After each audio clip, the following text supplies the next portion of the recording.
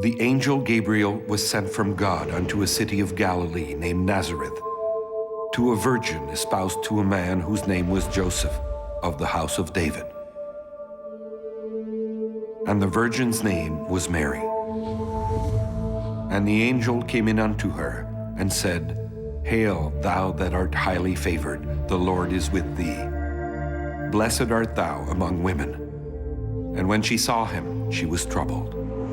And the angel said unto her, Fear not, Mary, for thou hast found favor with God. And behold, thou shalt conceive in thy womb, and bring forth a son, and shalt call his name Jesus.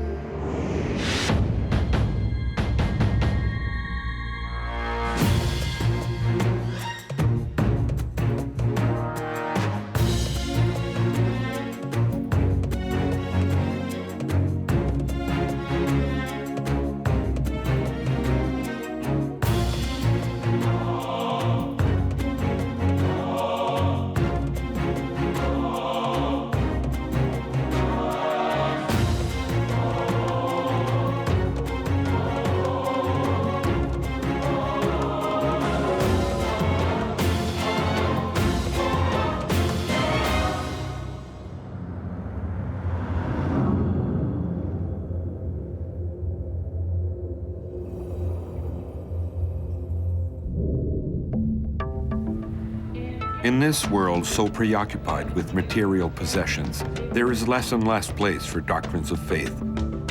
Blind faith is just not enough anymore. Although the old saying is that faith isn't proven, it's felt, it is no longer popular to believe without seeing. That might be why the faithful raise their eyes to heaven, waiting for a sign, something tangible. Why not a relic? I have followed the trail of the most famous Marian apparitions in search of true events. Some images caught on film by television crews have shed new light on these phenomena.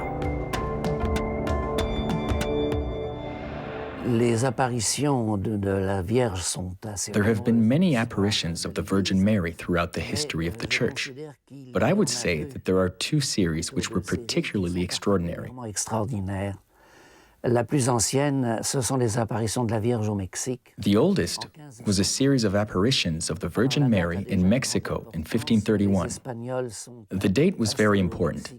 The Spanish had been in Mexico for a relatively short period of time, and peace was finally restored. It was a fragile state of peace, since there were very few Spaniards in the country at the time. And unfortunately, after peace was achieved, the conquistadors began to treat the local population atrociously, despite the influence and authority of the local monks. Mexico, the most populated city in North America. Before the Spanish arrived in the 16th century, the city was named Tenochtitlan, and it was the capital of the Aztec Empire. When the conquistadors arrived, the name of the city was changed to Mexico. The Aztecs' pagan gods were soon replaced with those in the Catholic pantheon, and the church began one of the most effective conversion campaigns in its history. It was at the beginning of this conversion campaign that an extraordinary event took place, which no doubt simplified, if not accelerated, the conversion of the natives. The story began on December 9th, 1531. That morning, Juan Diego left home and headed to the Tlatelolco district of Mexico. He was initially presented as a man from the poor class, a sort of agricultural worker. He lived at the lowest social class. He lived with his uncle, Juan Bernardino, in extreme poverty. In one of the oldest documents that we have, he's described as a poor peasant. In Nahuatl, there are two words in their language to describe being poor. One of those words means that not only does the person suffer from material poverty, but that they are also from very low social class. While the second word means that the person suffers from material poverty, but comes from the noble class. And that's the word used to describe Juan Diego. I think he was part of the Indian middle class. They were relatively well appreciated by the Spaniards compared to the other Indians who were practically slaves. Il était déjà converti et il allait He had been converted, fréquemment and he frequently walked to the town center, to the cathedral, to receive full religious instruction, to attend Mass. de formation religieuse, assister à la messe. So, in 1531, the country was going through a really key period, and the Virgin Mary did not appear before the local bishop, who had not actually been consecrated as a bishop yet. He had only been appointed. She didn't appear to any other clergy in Mexico either. She appeared to an indigenous peasant. Un Indien.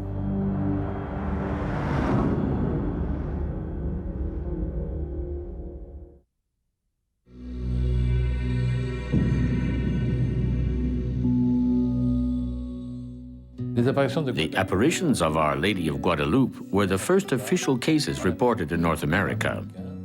She appeared to a converted indigenous peasant in Mexico.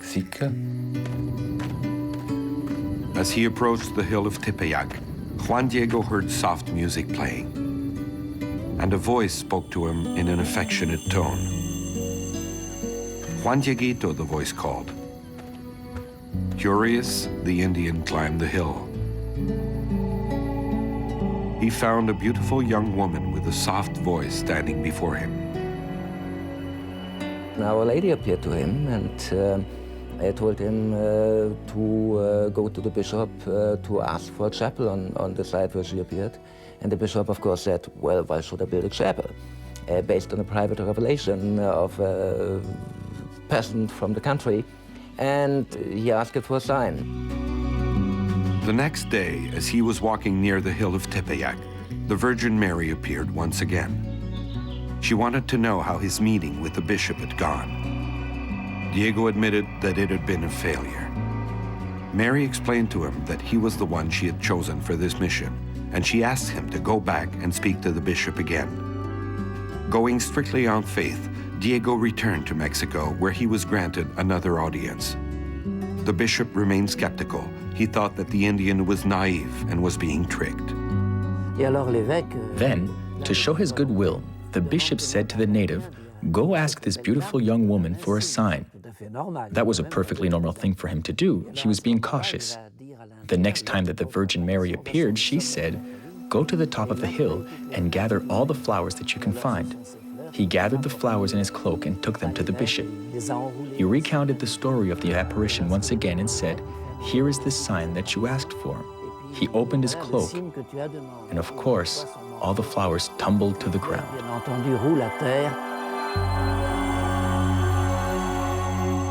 There were roses from Castilla, which impressed the bishop, who was from Spain. The strangest thing of all was the mysterious imprint left on the cloak. To his great surprise, the bishop also fell to the ground on his knees before Diego, because imprinted on the cloak, behind the flowers, was an image of Christ's mother, the Virgin Mary. The message of the Virgin Mary's emissary had finally been heard. The Indians recognized themselves in this woman who was appearing to one of their people. She also used signs and symbols that they recognized. She took on an appearance that was familiar to them, either through their mental projection of what divine beings looked like, or simply because she presented herself as an Indian who looked like them. Indeed, the image was in a way, but it included symbolism which we Aztecs understood. And this miracle which happened on their country caused a mass conversion. Millions of formerly pagans became Christians. In 1754, Our Lady of Guadalupe was declared patron saint of Mexico. Obviously, this incident played a major role in the efforts to convert Mexico to Christianity, since the natives were honored by this visit from Christ's mother. From that point on, the Spaniards were obliged to treat the Indians with a bit more consideration. The first chapel built on the site of the apparitions, as requested by the Virgin Mary, was not big enough to hold all of the devotees who were growing in numbers. It was replaced with a larger church named the Chapel of the Indians, while an even larger structure was starting to be built.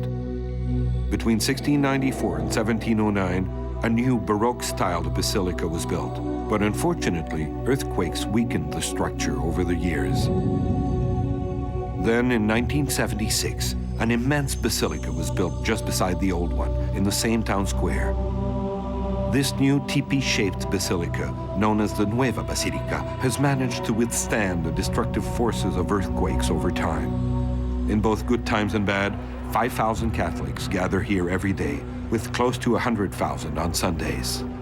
On December 12th, the anniversary date of the Tilma miracle, 1 million Catholics come here to attend Mass. Above the altar in plain sight, the congregation can always see one of the most extraordinary relics of all time, Juan Diego's tilma, with its miraculous image.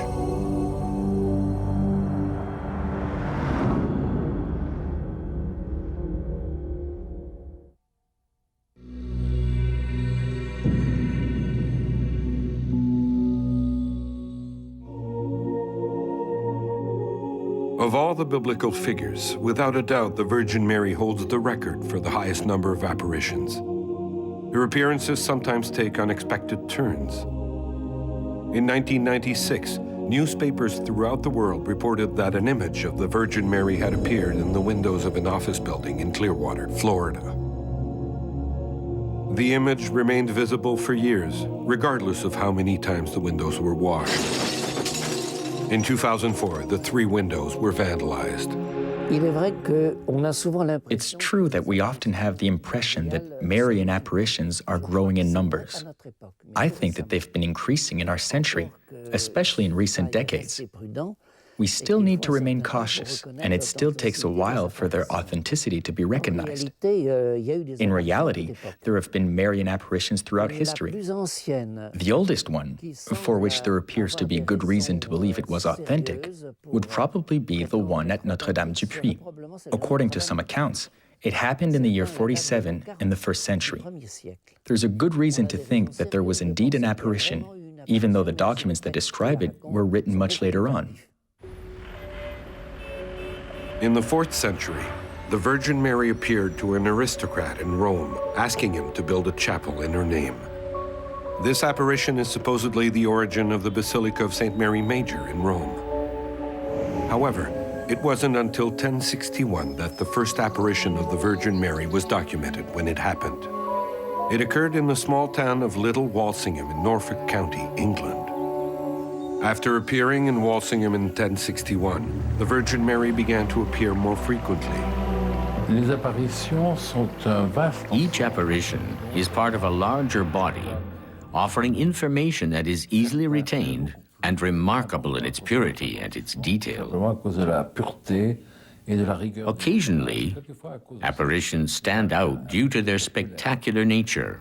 For the apparitions in Lourdes, what convinced the townsfolk and then the religious authorities was the simplicity and depth of meaning of the messages.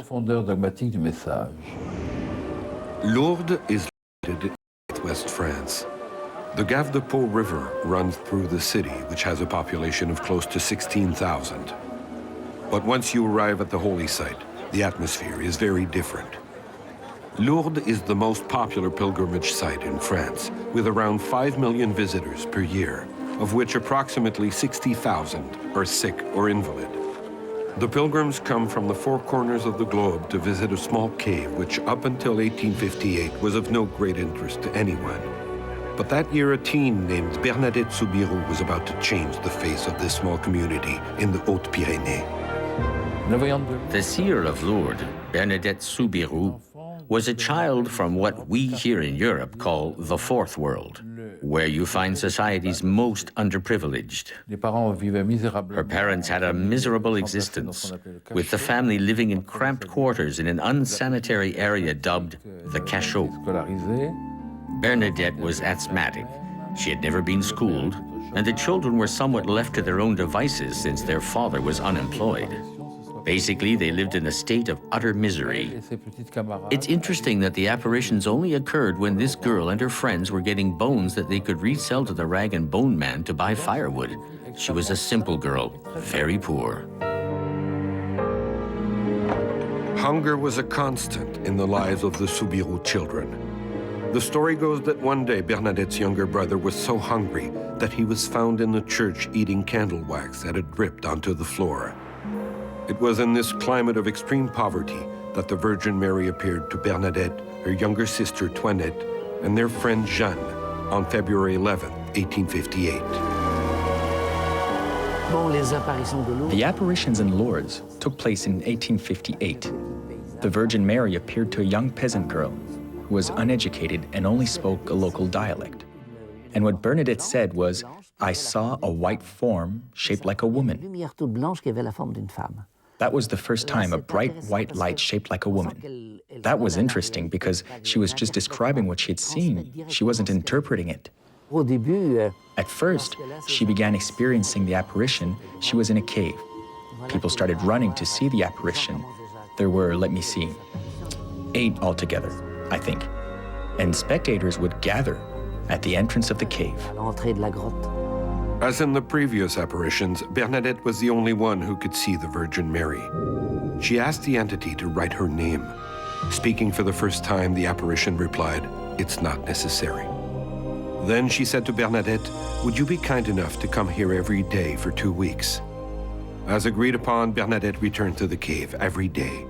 Her visions attracted more and more devotees. Although the apparition had not clearly identified herself, everyone agreed that it had to be the Virgin Mary. It took a while for the priest to understand that it was the Virgin Mary. He finally did when Bernadette Soubirous, the young girl to whom the Virgin Mary was appearing, rushed up to him and said in her dialect, "I am the Immaculate Conception." The priest thought, there's no way she could have made that up, in which case it could only have come from the Virgin Mary herself. On February 25th, something important happened with the apparitions in Lourdes. That was when the Virgin Mary gave her an absolutely ludicrous idea. She told Bernadette to rub the ground, which was full of mud, and to rub her face in the mud.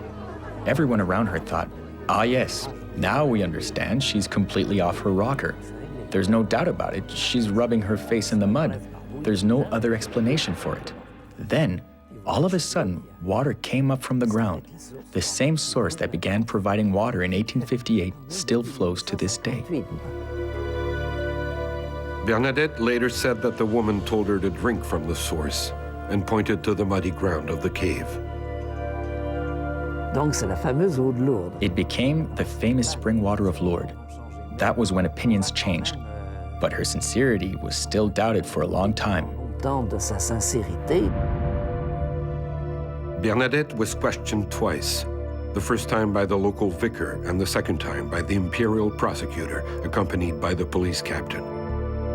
They could not find the slightest contradiction in the teen's story. She was interrogated. They tried to terrorize her. They brought a pot of boiling oil, and they weren't just kidding around. They didn't simply say, "We're going to..." No, they actually brought out the boiling oil and told her, "If you don't admit that you lied, we're going to throw you in this." The young girl was so naive that she believed that they really would do it. If she had been somewhat educated, she would have said, "You wouldn't dare." But in this case, they were truly terrorizing her. She refused to deny what she had seen, insisting, "No, I saw her." Then she said something that is repeated everywhere to this day. "She didn't tell me that I had to make you believe me. She just told me that I had to tell you." In 1862, the apparitions were officially recognized. That same year, construction began on a large sanctuary dedicated to the Virgin Mary. The site has become a popular pilgrimage stop, the largest in all of France. The Basilica of the Rosary and Basilica of the Immaculate Conception were both built on the cave, the spot where Bernadette saw the apparitions of the Virgin Mary. Unfortunately, there are people who show up at apparition sites just to make a quick buck. I prefer to call them temple merchants. These people create businesses that feed off the religious sensitivity of individuals, crowds, pilgrims. They make money selling souvenirs, relics, knickknacks, etc. You see them everywhere. You can find them in Jerusalem. You see them in Lourdes. They're even in Rome. In Lourdes, there is something very significant, and that's the fact that they are not selling their wares immediately in the sacred area by the cave. Every year, millions of pilgrims come to Lourdes to meditate or drink the spring water that still flows in the cave and has healing properties. Over the years, there have been countless numbers of dying people who have claimed that they healed after visiting Lourdes, although the Church only officially recognizes 60 or so of these miracle healings. Over the space of 140 years, 6,500 people claim to have received a healing. 2,000 of those cases were recognized by the Medical Bureau as being inexplicable. And of those cases, 67 of them were recognized as being miraculous. Then the Church imposed such stringent conditions on the recognition of a miraculous healing that there were hardly any more cases after that. In reality, God gives us so many signs, but instead of the Church taking responsibility for recognizing the signs, it has delegated this task to physicians, saying it's up to you to recognize if a healing is completely, definitely, and permanently inexplicable. A healing has to be permanently inexplicable. How can you guarantee that? There have been many healings that were recognized as miraculous, for which possible explanations were eventually invented. That doesn't mean the miracle wasn't real. Now we have a completely false idea of what a miracle is, one which the Church unfortunately supports. And I'm not the only one to say so. Other, more competent people think the same way. But the most extraordinary relic of Lourdes is not found in Lourdes itself, but rather in Nevers, some 700 kilometers away from the cave where the apparitions took place. After seeing the apparitions, Bernadette Soubio embraced the religious life. In July 1866, she joined the congregation of the Sisters of Charity in Nevers. That was where she eventually died on April 16, 1879. When Bernadette died, she was buried. She was a nun. She died when she was 39 years old, and she was buried like all nuns were. When the concept of beatification was introduced, there was a procedure referred to as recognition of the remains, which involved identifying the remains of a person and eventually transferring the remains to a tomb where they could be worshipped. It came as a surprise when her body was discovered to be uncorrupted, which means that the normal decomposition of the body had not taken place. It had remained intact. The body was reburied and exhumed once again in 1919 and 1925. Each time the body was still well preserved. The last time that it was disinterred, a decision was made to place the corpse in a glass and bronze coffin in St. Bernadette's chapel at the Church of St. Gildard. Although she has now been dead for more than 125 years, the saint's body is in the same state today that it was on the day that she died.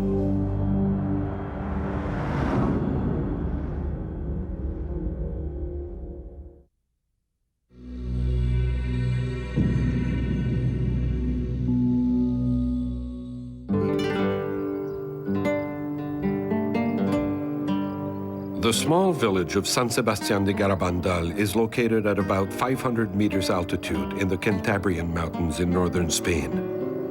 Its population of 300 consists primarily of farmers and miners.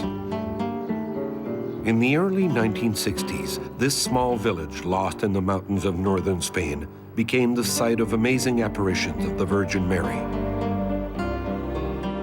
The apparitions in Garabandal, which is in northern Spain, practically in Basque territory, took place between 1961 and 1965, so they were fairly recent occurrences.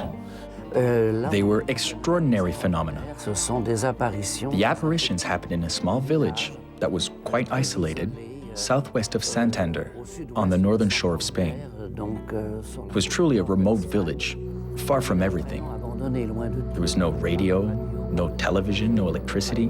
There was no paved road leading to the village. And one day, some children saw an extraordinary light, as is the case in all apparition stories.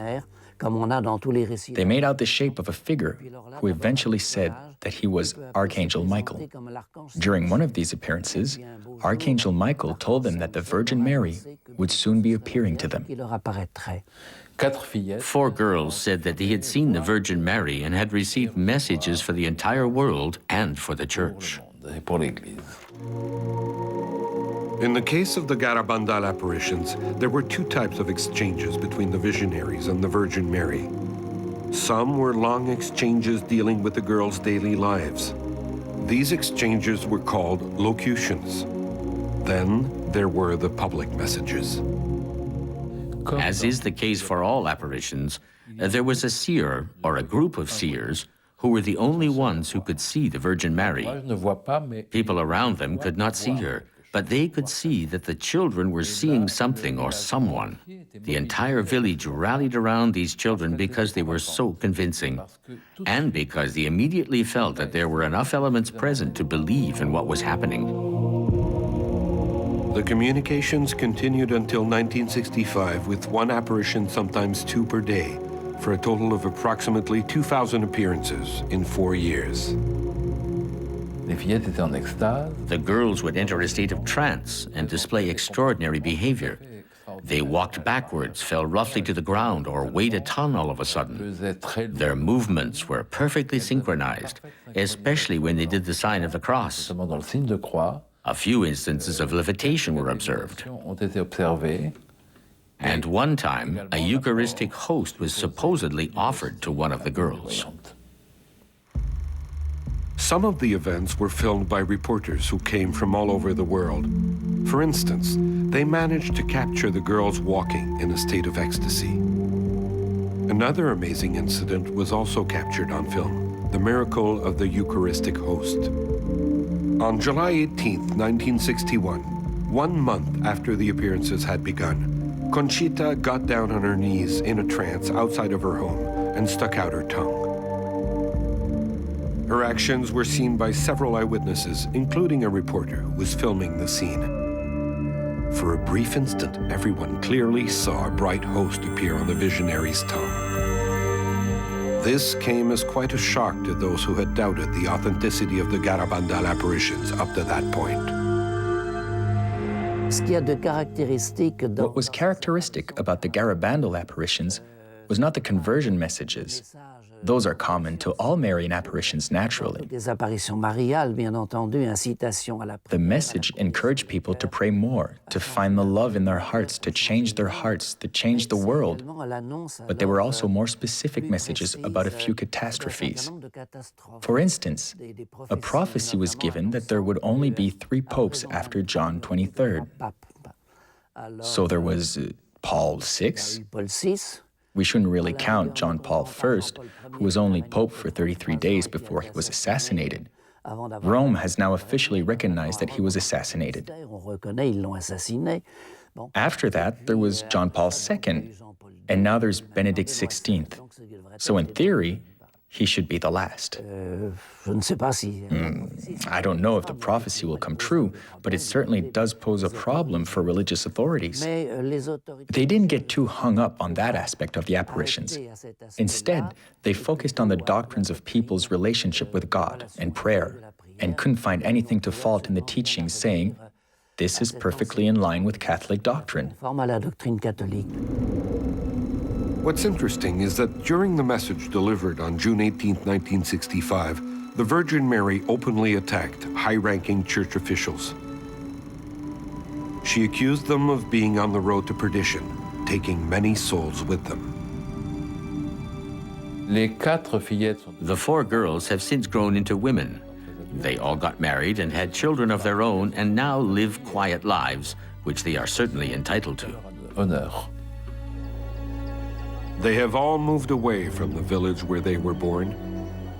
As for the small hamlet where the extraordinary events took place, life has gone back to normal. On the hill near the pine grove where most of the apparitions occurred, a sanctuary and small chapel have been set up dedicated to the Virgin Mary.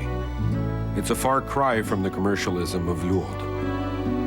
Unlike previous apparitions like the ones in Lourdes or the ones of Our Lady of Fatima in Portugal, the ones in Garabandal occurred during the electronic era, which made it possible to document them on film. The word relic means that which remains. What remains of the apparitions in San Sebastián de Garabandal? Images. Not only images of devotees attending a divine manifestation, as in the photos taken of Our Lady of Fatima, but relic images showing extraordinary events that remain totally inexplicable, like the girls walking in a state of ecstasy or the miracle of the Eucharistic host.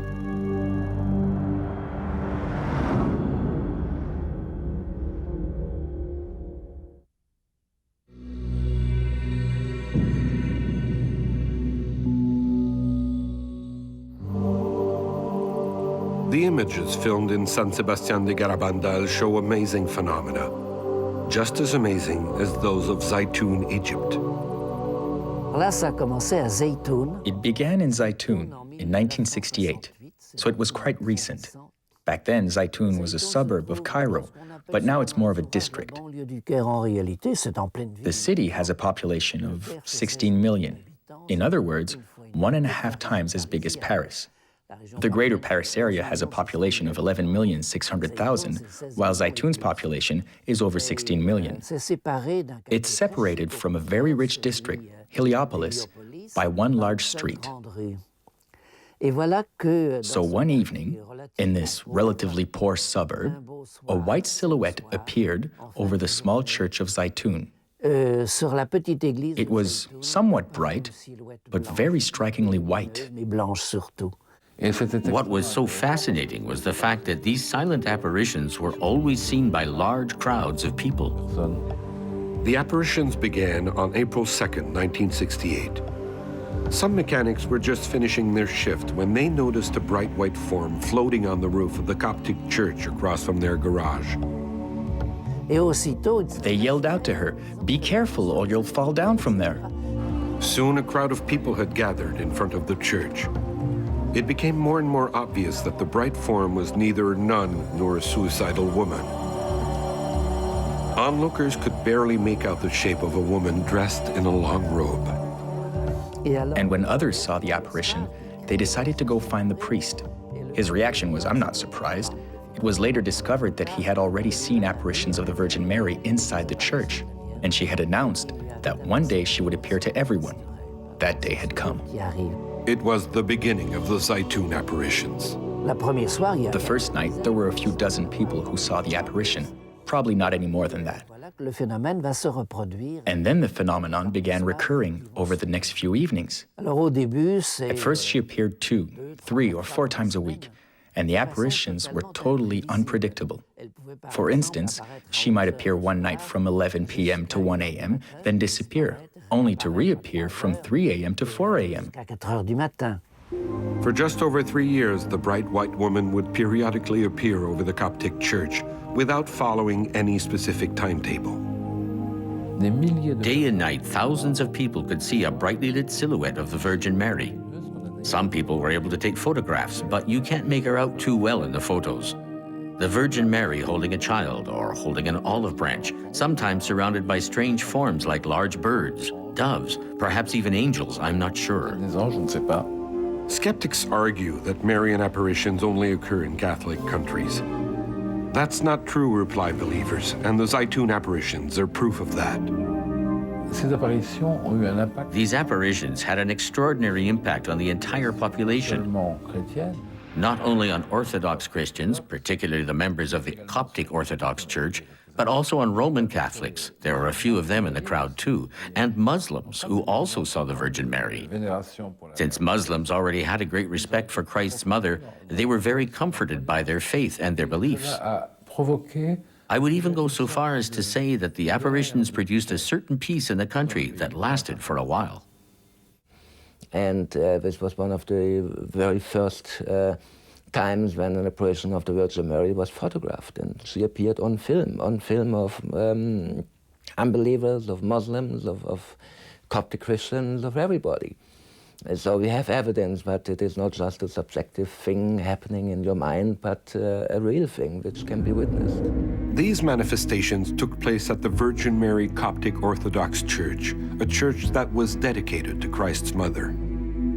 At both San Sebastian de Garabandal and Zaytun, devotees were left with photographs and film footage to prove that the apparitions had existed. In the case of Zaytun in Egypt, you have hundreds of photos and even films taken by eyewitnesses of the apparition of Our Lady. In the 16th century, photography had not yet been invented, and that is why the image imprinted on Juan Diego's tilma seemed so miraculous. Was it really a miracle?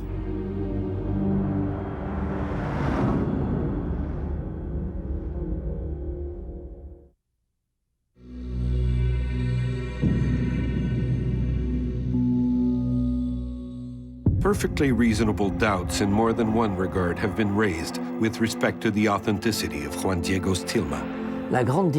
The biggest problem is that for the longest time, there were practically no contemporary documents. The first document about the incident were written much later on. They don't appear until the 17th century, basically. And there are strong reasons to have doubts. The theory was invented that the clergy likely wanted to sanctify and take hold of a former pagan place of worship, as the church had done in many locations throughout Europe. With success, I might add. So people began to say, it's a story that was made up by the clergy. Truth be told, this theory doesn't stand up either, because many members of the clergy quickly rose in opposition to the apparitions, saying, the local bishop was naive. He allowed himself to be convinced. But in reality, the incident had sparked a renewed interest in the ancient goddess, Tananzin, mother of the gods, who had been venerated on this same hill. The first document giving an account of the events was written around 1545, in other words, 14 years after the alleged apparitions. For historians, these 14 years of silence are very suspicious, particularly for an incident of such importance. We need to recognize that in the absence of reliable historic documents, there's a strong basis for doubt. Since then, historic research has managed to put most of the pieces together, and we now have a story that was drawn from some very old, very reliable witness accounts. One historic item that was found was a manuscript containing drawings, as was the Indian custom. The drawings show the hill with Juan Diego down on his knees along with an image of the Virgin Mary. There is no doubt the various events are all represented. Opinions are far from unanimous on the miraculous nature of the image on the tilma. According to religious tradition, this image is akeiropoieta, which means that it was created by God. It is the most important relic in the North American Christian world. Holy images, like the one on the tilma, generally spark controversy since they are examples of what is referred to as acheirotypical images, which means that they were not made by human hands. There have been many examples in the history of Christianity, like the tilma, the Shroud of Turin, and certain icons. Along these lines, there are two elements that merit attention: the extraordinary state of preservation of the cloth, and of course, the image of the Virgin Mary. The cloak that has been preserved since the apparitions occurred was made from cactus fiber, which is a fabric that normally decomposes completely within 20 to 30 years. So the fact that it has withstood time is not normal. It's already an extraordinary factor. Also, upon close examination under a microscope, it was discovered that the fabric has been unsized, unprepared. It would be as if an image was imprinted directly on the leaves of an artichoke or a leek. So it would be pretty impossible to create a painting on a surface like that. It appears as though the image is some sort of refraction of light through the weave of the fabric, which is very mysterious. As you get closer to the fabric or back away from it and look at the image from an angle, you notice that the colors change rather drastically, which would normally be inexplicable, regardless of the method used to paint the image. So a new theory has been proposed. whereby it is likely that no pigment was used, and that we are simply dealing with a light diffraction phenomenon, producing the iridescent quality that you see on the wings of a butterfly or a June bug. Between 1979 and 1981, 2 American scientists were authorized to photograph the tilma using different spectrums of light. Many of the photographs confirmed a detail that had been known for a long time. The eyes of the Virgin Mary contained images. Other, more through scientific investigations carried out recently, turned up some pretty surprising things, especially in the eyes of the Virgin Mary. If you look closely, you can make out the shapes of 3 silhouettes in her eyes, in contrast to the foreground. They are the silhouette of the visionary, the silhouette of the bishop, and another silhouette. First of all, under great magnification, if you magnify the eye region of this image of Our Lady, you have in a concave shape a reflection of the situation when she appeared in the reception room of the Bishop of Mexico. You find on one hand the kneeling Juan Diego, and on the other side you see the bishop and the translator. At first, there was controversy over the existence of these reflections. One of them was too clearly defined to be denied. Everyone admitted that it existed. It was the largest silhouette which appeared near the cornea. But after that, someone else I know well, Asti Tonsman, discovered a dozen other images in the eye, including a black woman with curly hair. When these discoveries were first published, historians said, "No way, that's not possible. That can't be. There weren't any blacks in North America back then." But then, someone discovered the last will of Zamaraga, the Bishop of Mexico, which showed that as a sign of recognition, he was freeing the black slave that he had brought with him to Mexico. From there, it was only a short step to conclude that the eyes of the Virgin Mary had captured the exact moment when Juan Diego opened his cloak before Bishop Zumaraga, like a camera taking a picture. Supporters of the cloak's authenticity were only too happy to take that step. What was even more extraordinary was that when ophthalmologists examined the eye with their ophthalmoscope, they noticed a phenomenon that could be considered a permanent miracle.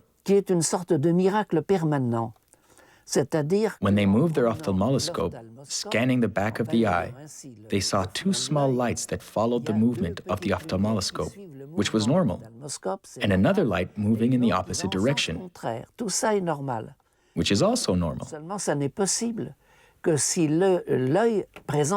Except that it only happens when the eye is drawn with depth into it, with a concave surface. The cloth is absolutely flat and very thin. The image goes right through the fabric. In other words, each time that they saw it happen, they were seeing something that was impossible. And this effect is permanent. Anyone can climb a ladder, examine the eyes again, and they will see this phenomenon that is not possible. To settle this debate, it would be necessary for the tilma and not a replica or photograph of it to be subjected to true scientific expertise. Until that day comes, the authenticity of the image of Our Lady of Guadalupe will remain a matter of faith rather than a real scientific debate.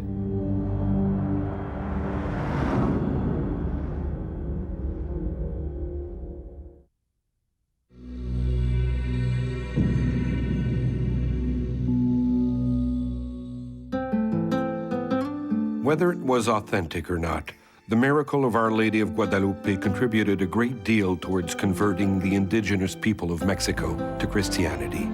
Between 1532 and 1538, 8 million of them became Christians. Nowadays, the image of the tilma is much more than simply a religious symbol. It is a national emblem, seen everywhere. Every home, school, and business displays her picture. Some have painted her image on their homes, while others have had her image tattooed on their bodies. Bullfighters even have her image embroidered on their uniform, as if it acted as a talisman to protect them. The image on Juan Diego's cloak no longer needs to be proven authentic to be a symbol of unity, a symbol that transcends faith. I'd say it's a safe bet to guess that people will continue to search for ways that humans could have possibly created images that are supposed to have been made by the divine. And I think there's a lot of speculation that bad faith was involved. Some things just need to be accepted as they are. Accepter certains faits.